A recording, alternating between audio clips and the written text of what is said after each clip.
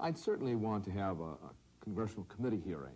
It's a fishy deal, and it looks pretty scaly to me and all of that. It's clearly a funny story. What's funny, fishy, and has these congressmen flummoxed is this, the paddlefish, an obscure, odd-looking Native American freshwater fish that swims in the murky rivers of the Mississippi Valley, feeds on algae, and is generally valued for its flesh and nothing more. Only a few U.S. fishermen and a handful of knowledgeable biologists know it has a far greater value. The American paddlefish is second only to the Russian sturgeon as a source of high-grade caviar. In fact, some experts cannot distinguish between Russian caviar and paddlefish eggs.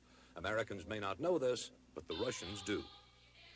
In the Soviet Union, caviar is a serious business. Not only does it have irreplaceable sentimental value, rather like apple pie in the U.S., but caviar exports also generate foreign currency, and it's foreign currency that helps sustain the machinery and the might of the Soviet state.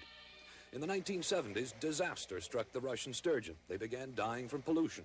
As the Soviet caviar industry went into a nosedive, Soviet scientists suddenly developed an interest in the American paddlefish that turned out to be a bit more than just scientific. In 1974, Moscow asked Washington for a few samples of the fish.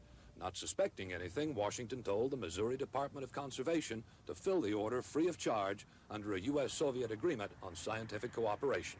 At the time, we were on very friendly relations with Russia, as I remember it, and I looked at it as an exchange between scientific communities.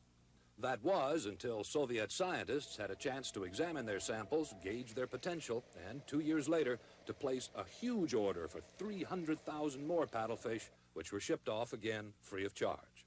This would not only give those people something to do for research, but they would establish them a fairly good population of fish.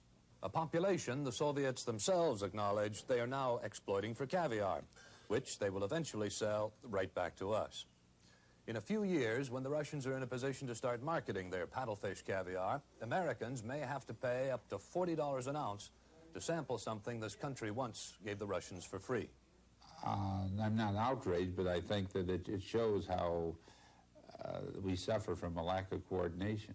I think that all of us who are truly needy, like congressmen and ordinary Americans, ought to boycott, at least for the Christmas season, we can boycott any purchase of caviar for now. The only one who fails to see humor in any of this is the paddlefish, but that's quite understandable, since it would probably rather not be on anyone's menu, Russian or American. Jack Smith, ABC News, Washington.